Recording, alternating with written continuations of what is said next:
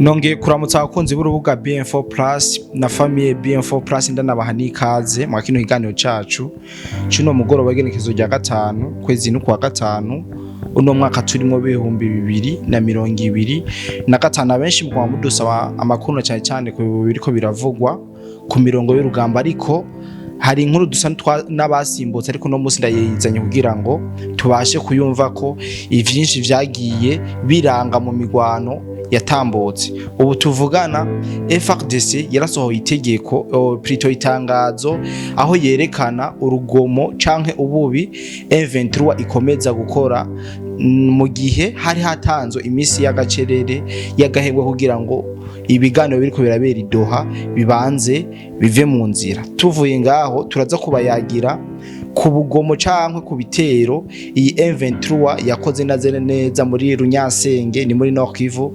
Turaza kuyaga ivyashoboye kononekarira n'ingene vyagenze M23, ndetse amakuru dufise yizewe nuko yahise yigarurira ako gace ka Runyansenge. Murabizi rero simba ndumwe mari kumwe n'umusesanguzi, ariko mbere yuko ndamuha ikaze na karibu mu nkundire manze shimire cyane mwebwe mwese tubana mu biganiro n'amakuru bigiye bitandukanye tubashikiriza kuri urubuga rwanyu, urubuga rwacu BM4 Plus. Ndabasaba ko mwokora subscribe ku batarabikora, ndetse ndanabasaba mutange ibitekerezo vyanyu muri commentaire kugira ngo tubone yuko turi kumwe gatanu kuri gatanu. Rero mu nkundire ntarabicisha amajambo, ndamutse umusanguzi wacu ndamuha n'ikaze mu kino kiganiro cacu cy'uyu munsi cy'uyu mugoroba. Bwana musanguzi, ndagize mwiriwe ndanaguha n'ikaze mwa kino kiganiro cacu cy'uno munsi.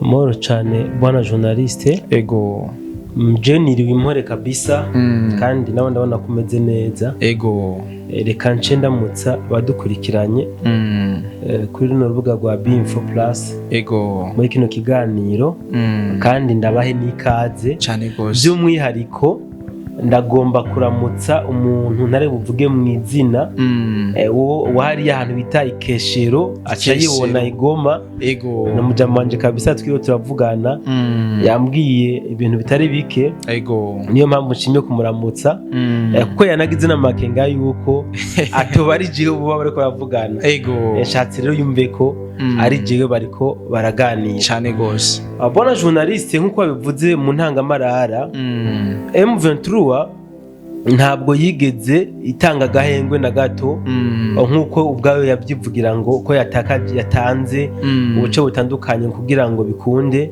ishobore kubahiriza agahengwe katanze. Ego kugira ngo barabe ko bokemura ikibazo wabiciye mu nzira y'amahoro. Urabyibuka bona journaliste yuko igihe bakubitwa kabisa muri Warikare cyane gose, bavuze ngo bashatse kubahiriza ikiringo cyatanzwe cy'agahengwe. Mugabe cyagiye kudutangaza nuko n'inyuma yaho gato bace bashaka gusubira kwisubiza Warikare ku muheto, usibye ko batorohewe.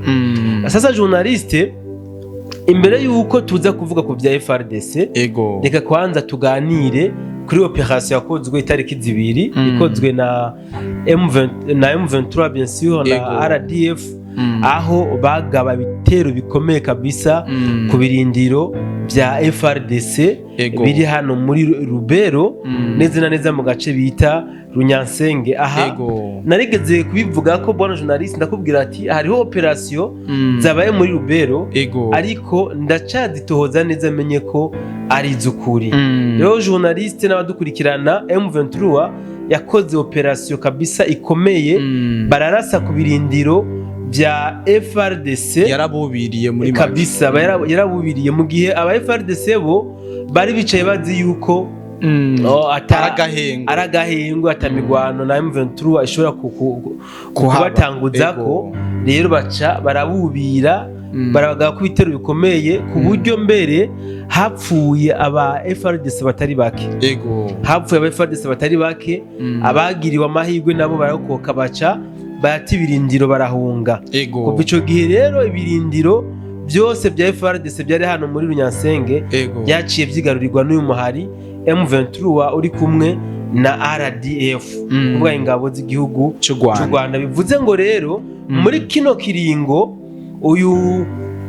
kino kiringo batanze cyo kugira ngo nako c'agahengwe kugira ngo barabe ko ibiganiro biko bibera idohari ya muri Qatar, barabe ko hogira ikivuyemwo kumbure ko bokemura ikibazo biciye mu nzira y'ibiganiro. Aka niko gace ka mbere kamaze kumenyekana umuhari M23 umaze kwigarurira abiciye ku muheto.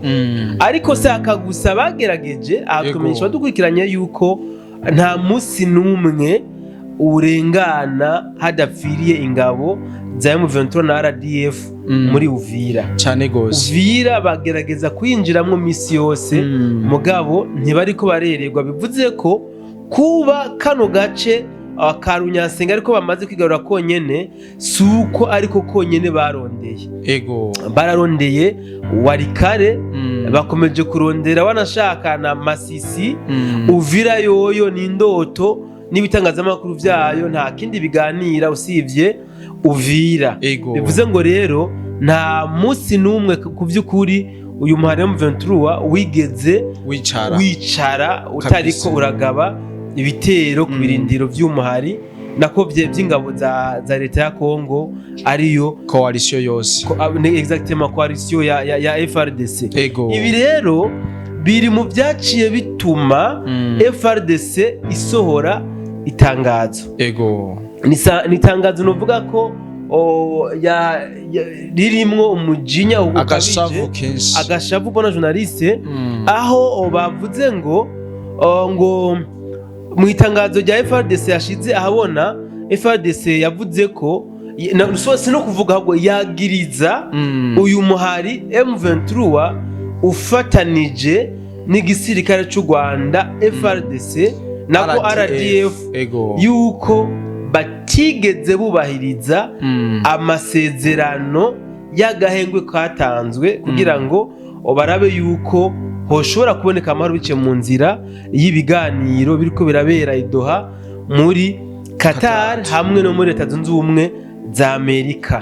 Yaciye yongera kandi muri no tangazo aravuga ngo mu gihe M23 na RDF boguma bagerageza bagaba ibitero ku birindiro by'ingabo cyangwa se kuri coalition ya FRDC, ngo FRDC irafise ubushobozi bwo kubivuna bikabije kandi kabisa rigakubita ahababaza. Niko yabishikirije mu itangazo yasohoye, aho yacongera aravuga kandi ko FRDC irafise uburenganzira bwo gukingira ubutaka bwose bw'igihugu ca Kongo, ngo mbere no kumbibe za kino gihugu harimwo. Urumva bwana journaliste yuko FRDC bagiye mu itiro mu gihe abo bahanganye bobo bagumye basonga